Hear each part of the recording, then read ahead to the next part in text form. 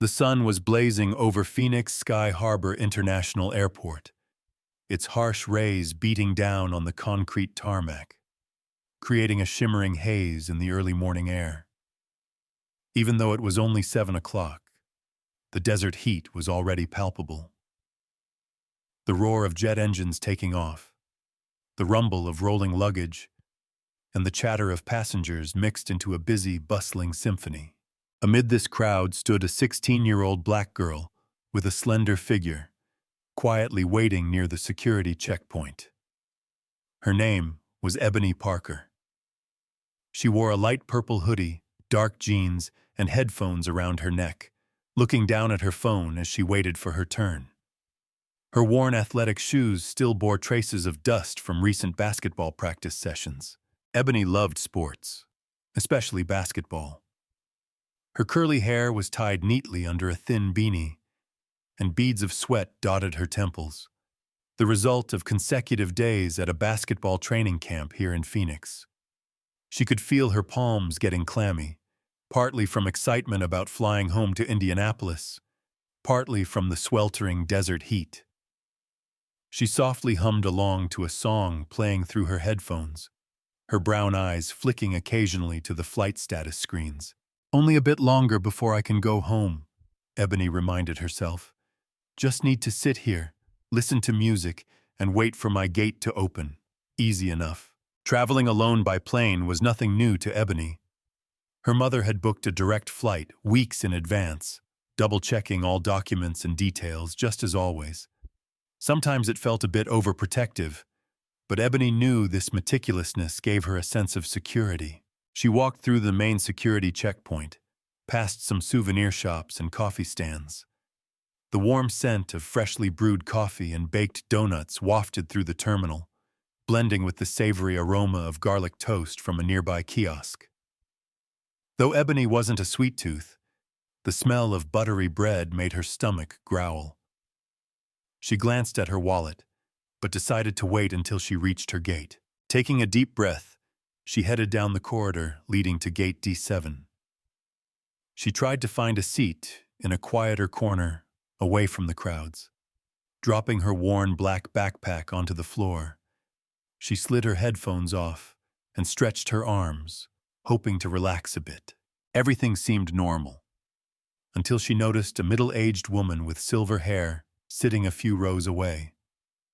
Dressed in a floral-patterned dress and holding a magazine, this woman kept watching Ebony intently. It wasn't just a casual glance, but a prolonged, judging stare. "Do I have something on my face?" Ebony wondered, wiping her cheek with the back of her hand. She found nothing. She usually wouldn't care about random people's looks, but the woman's gaze unsettled her. Ebony turned away, trying to focus on her phone to shake off the uneasy feeling. Not long after, an announcement came over the loudspeaker that her flight would be delayed by another 15 minutes. A collective sigh rose from nearby passengers. Ebony sighed too, adjusting her headphones. Her music only provided a faint comfort, because she soon noticed a uniformed airport staff member approaching.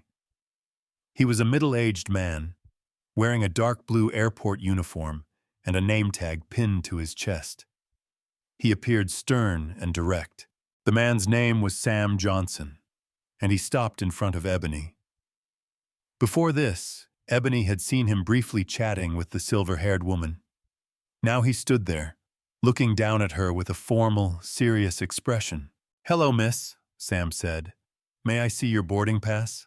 Ebony lifted one headphone and blinked in surprise. No one else around was being asked for this. Yet she handed over the pass from her jacket pocket. "Sure," she replied. "You traveling alone?" he asked, flipping the pass over as though searching for a discrepancy. "Yes, I've traveled alone many times," Ebony said carefully. Sam pressed his lips together, returning the boarding pass but not leaving. He then asked, "I also need to see your ID." Ebony hesitated. She'd already shown her ID at the main security checkpoint. People usually weren't asked again at the gate. Though annoyed, she complied. "Is there a problem?" she asked, pulling out her wallet from the backpack. "Just a routine security check," Sam responded, his voice curt. Ebony handed him her school ID. He gave it a quick glance and continued. "Where are your parents?" Ebony frowned. "I'm 16. I don't need my parents to travel with me." The air instantly grew tense. Ebony was not oblivious. She recognized the suspicion in his voice. She also knew not to create a scene, at least not yet. Sam nodded, still frowning. "All right. Please wait here for a moment." He walked off, leaving Ebony clutching her phone. Meanwhile, the silver-haired woman was whispering something to another staff member. Ebony felt a knot of unease twisting in her stomach. A few minutes later, 2 more staff members approached. A tall, lanky man wearing a TSA uniform named Jim Wilcox, and a short, vest-wearing woman named Patricia Dawson. Patricia glanced at Ebony's boarding pass and then turned to Ebony. "You're Ebony Parker?" "Yes," Ebony answered, gripping her backpack straps tightly. "Is there a problem?" "Please come with us," Patricia said, her tone formal. "Where are we going?" Ebony's heart began to race. "My flight's boarding soon. Your ticket has been flagged for an additional security check," Jim Wilcox chimed in, sounding polite yet far from friendly. "Flagged?" Ebony repeated. "I already passed the main security. Why now?" "It's just a random check," Patricia said with a forced smile. "Nothing to worry about." Ebony's anxiety mounted as she followed them. "Random check?" she thought. "Why me?" A sinking feeling in her chest told her it wasn't random at all. "Should I call Dad right now?" Ebony wondered briefly. Her father, Frederick Parker, was a prominent civil rights attorney who had always told her, "Call me at once if something unusual happens." But Ebony hesitated. She didn't want to overreact unless it was absolutely necessary. They led her to a small side room, sparsely furnished with a metal table, a few wooden chairs, and harsh fluorescent lighting. An additional security guard, a muscular man with folded arms, stood leaning against the wall inside. Patricia gestured, "Put your backpack on the table." Ebony paused, but eventually placed it down. She still didn't understand what she had supposedly done wrong. "I don't see why this is necessary," she said, voice quavering slightly. "I already went through security." The muscular man stood upright, moving closer. "We just have a few questions. Where are you flying to?" "Indianapolis," Ebony answered, breathing deeply to steady herself. "Who bought your ticket?"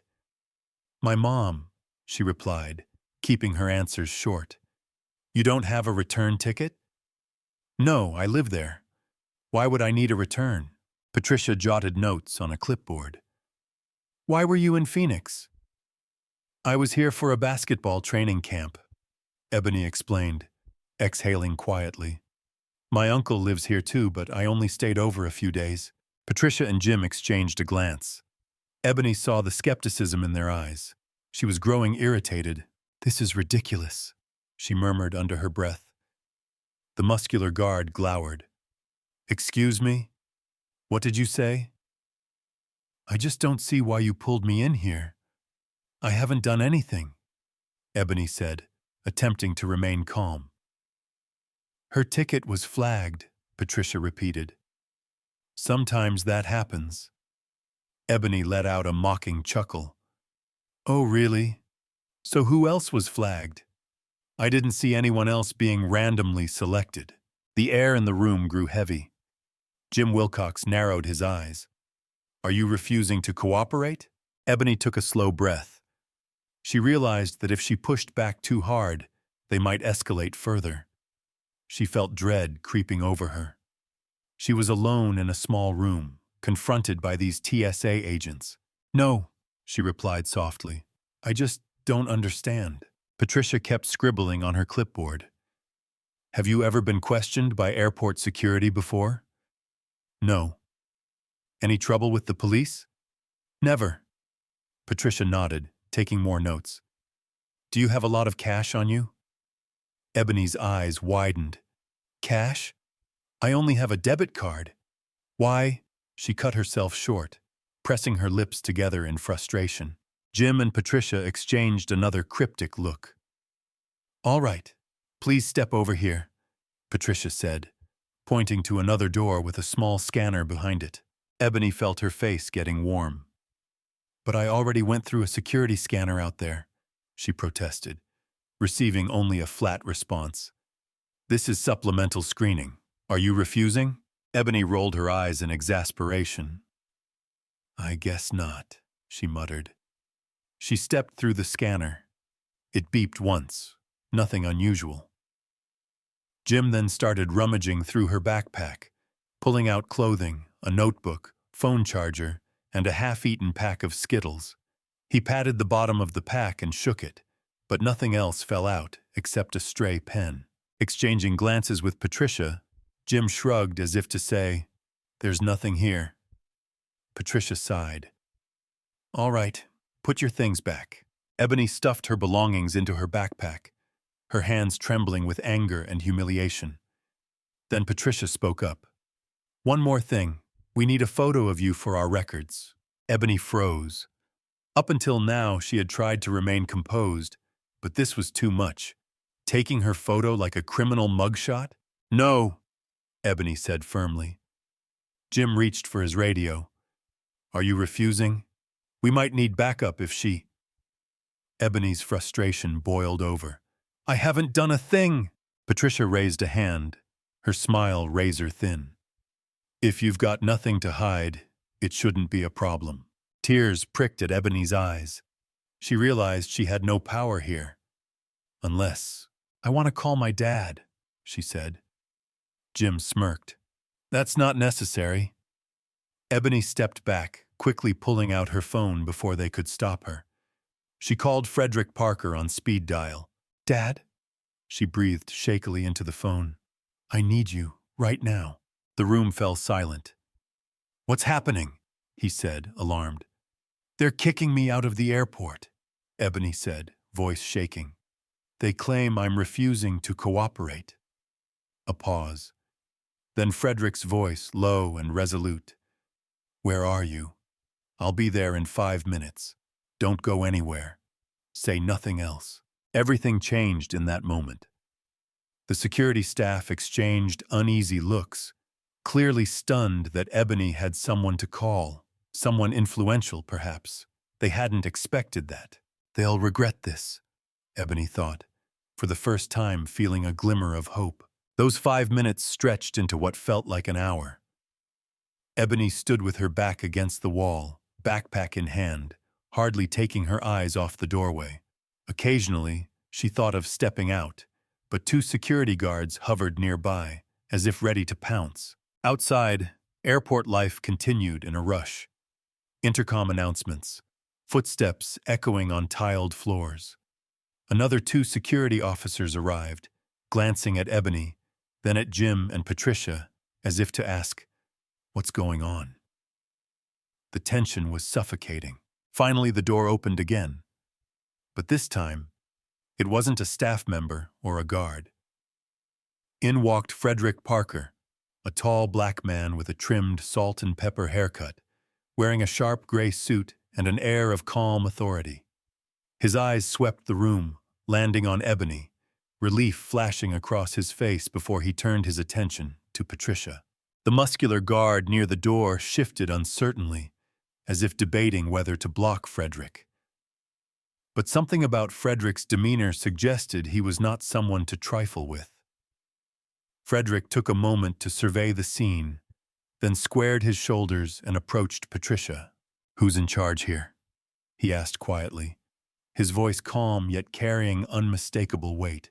Patricia stepped forward, attempting a professional tone.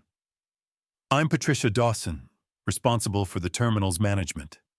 Sir, this is a restricted... Frederick held up his phone and a small badge. I just spoke with the airport's board of directors. They're aware of my presence here.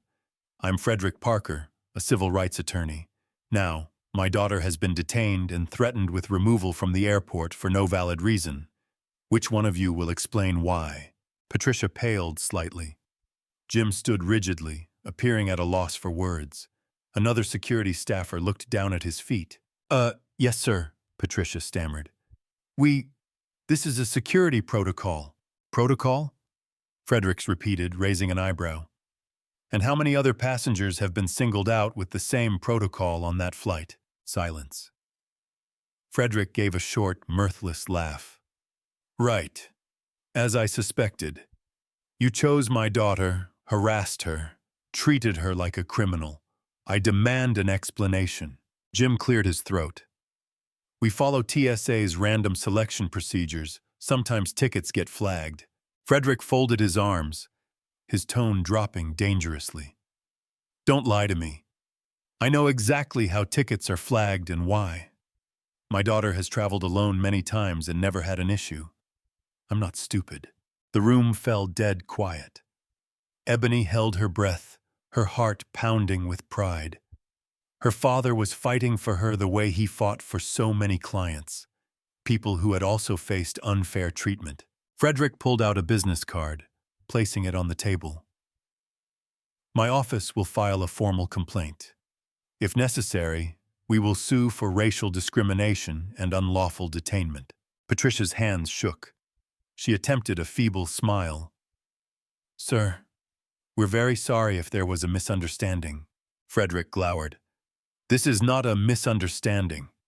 It's an abuse of authority. Now kindly take my daughter back to her gate and release her immediately." Patricia and Jim gave each other helpless looks. Ebony exhaled with relief, feeling the oppressive weight finally lifting. But this wasn't quite over yet. They walked back to gate D7 in a silent, tense procession.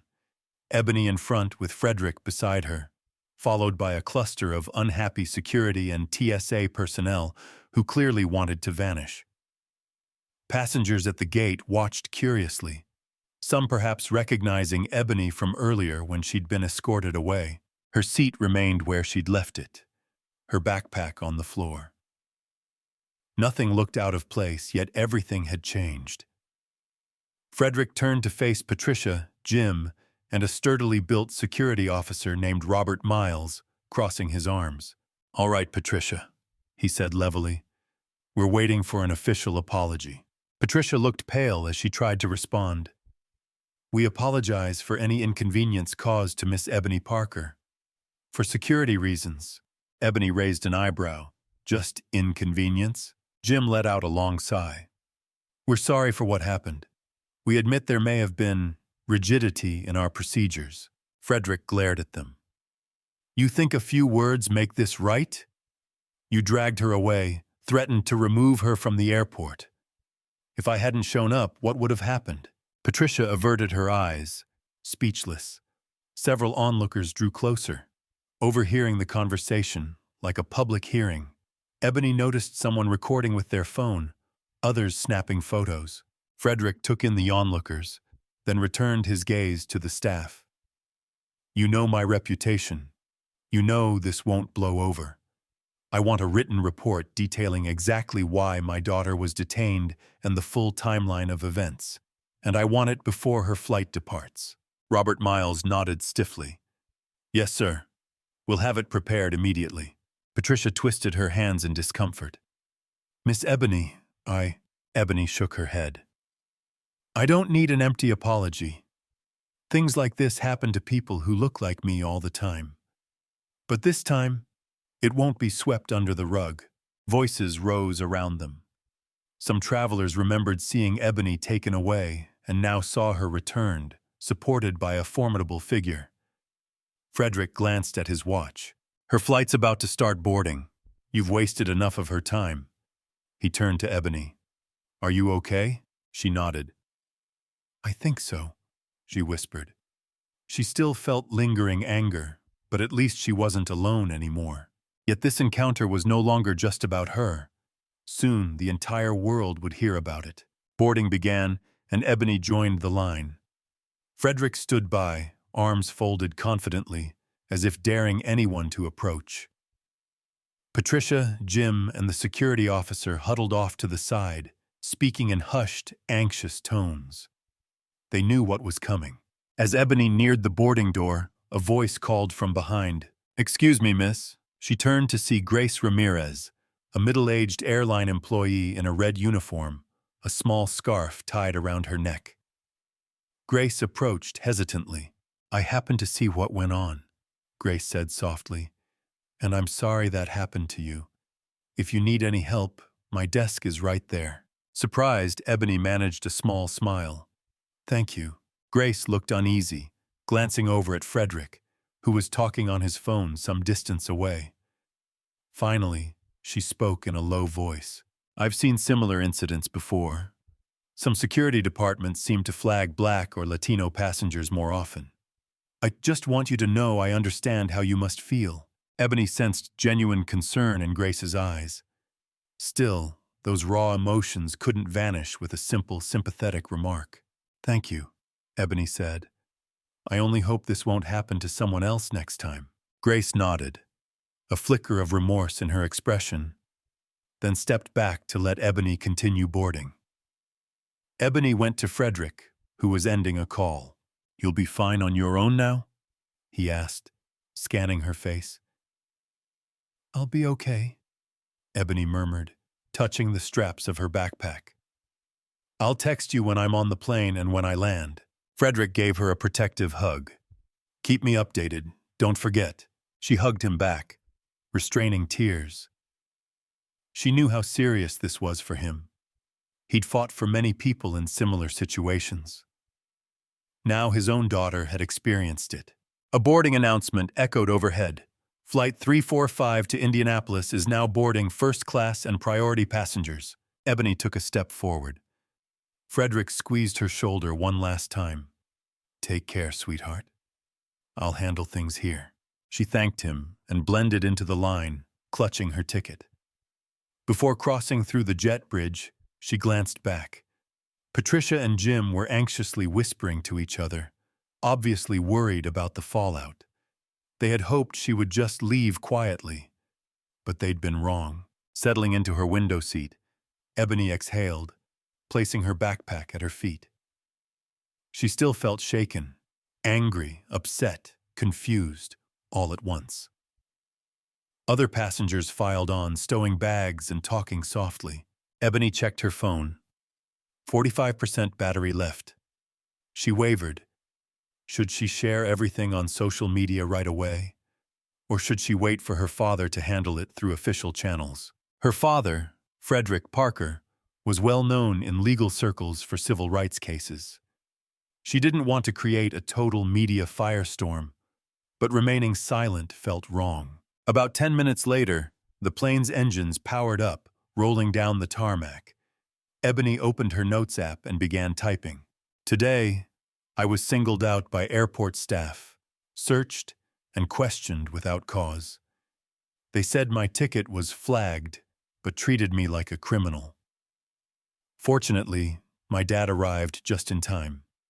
But not everyone has someone to stand up for them. I'm posting this so the public knows what really happens."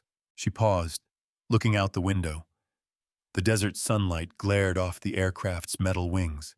"We're preparing for takeoff," a flight attendant announced. Ebony turned back to her phone and hit post.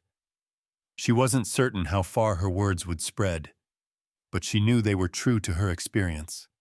Sometimes personal stories resonate more powerfully than formal news reports.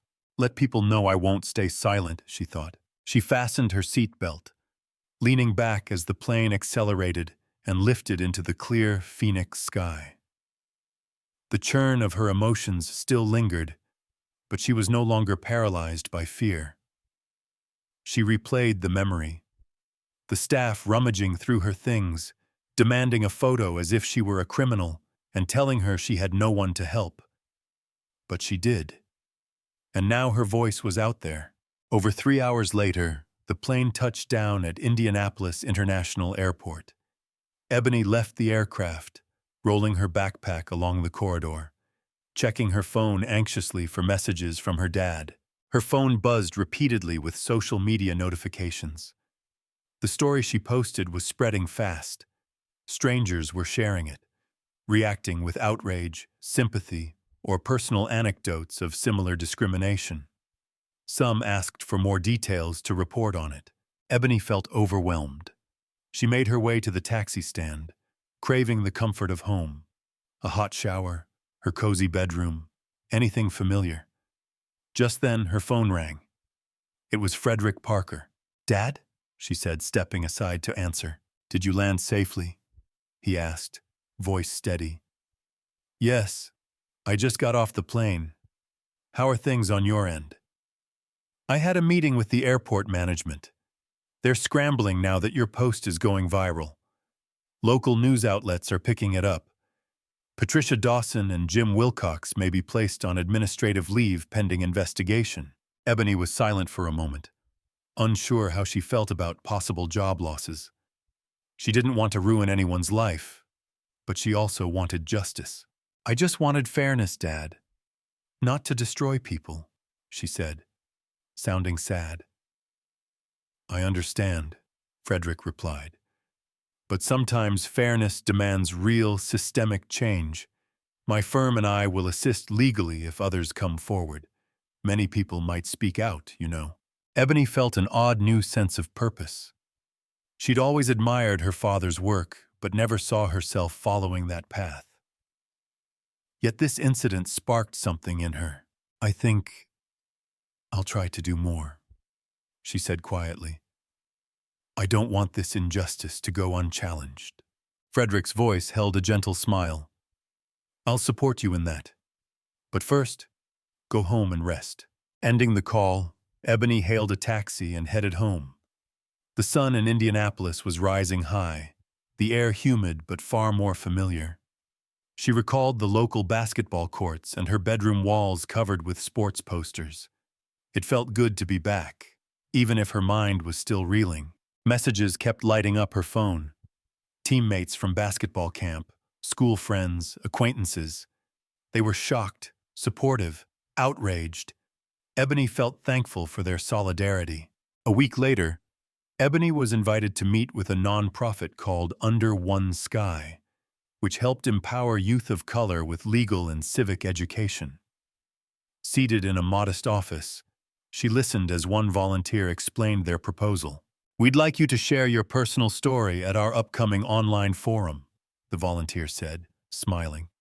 "It might inspire other teenagers to speak up about injustice." Ebony's heart thumped. Public speaking was not her forte, but she remembered how helpless she had felt in that little airport room, and how grateful she was that her father had arrived. "I'll do it," she said, mustering her courage. After their talk, Ebony headed to the waiting area, where she noticed a thin, balding man in a worn button-down shirt holding a stack of papers. Upon seeing her, he stood, appearing a bit nervous. "Excuse me, are you Ebony Parker?" "Yes," Ebony replied, taken aback. "I'm Walter Gray. I used to work in baggage handling at Phoenix Airport. I recently transferred here. I witnessed a part of what happened that day." He fiddled with the papers, looking regretful. "I felt bad watching how you were treated, but I was just a temporary worker, afraid to say anything. Then I saw your story go public and realized your dad is a lawyer. I feel guilty for not stepping in." Ebony looked at Walter, seeing genuine remorse in his eyes. "I get it," she said, offering a gentle smile. "A lot of people stay silent because they're scared. Thanks for telling me now." Walter nodded gratefully. "If your father needs more information, or if I can be a witness, please let me know. I support you." He gave her a tentative handshake before walking away. Ebony watched him go, feeling unexpected warmth flood her chest. Not everyone is complicit, she realized. Some people stay quiet only because they fear losing their own livelihood. That evening, Ebony sat in her family's living room, soft yellow light illuminating photos of relatives on the walls. She still felt exhausted after a week of relentless attention. Her high school basketball team had emailed her new practice schedule. She needed to coordinate her classes, practices, and, most significantly, her new commitment to speaking at a public forum. "You doing all right, sweetie?" asked her mother, Adriana Parker, stepping into the room. "Yes, Mom, I'm fine," Ebony replied, managing a small laugh. "It's just been overwhelming. Some people online think I overreacted." Adriana took a seat beside her, placing a comforting hand on Ebony's shoulder. "Remember why you decided to speak out. We do the right thing, and we stand by it." Ebony nodded, grateful. Just then her phone buzzed with an email from Frederick's law office. "Several witnesses have come forward. Phoenix Airport management officially apologized. There's an internal investigation. Patricia Dawson and Jim Wilcox have been placed on leave. TSA promises a policy review." Ebony closed her eyes in relief. Real change might be slow, but at least the wheels were turning in a positive direction. "I'm proud of you," Adriana said softly. "Never forget, you're fighting for something bigger than yourself." This was painful, but it could help many others. Ebony smiled, hugging her mother. She could still vividly recall the humiliation of being cornered in that security room, but she no longer felt small. She felt strong, aware that many people were behind her, rooting for her. It was almost 9 o'clock. Beyond the window, the Indianapolis night sky glittered with stars. Ebony gazed at them and felt a surge of optimism. She took out her phone and typed, "I don't want them to lose their jobs, but I do want the injustice brought to light. I won't be silent, and neither should you. If you've ever faced unfair treatment, speak out. We deserve better." She tapped send, then set her phone aside. In her mind, she pictured the road ahead. There would be difficulties, but also a wealth of opportunities for her, for people like Walter, and for so many other young people of color to stand up and demand change. Silence is no longer an option, and we all deserve respect, whoever we are.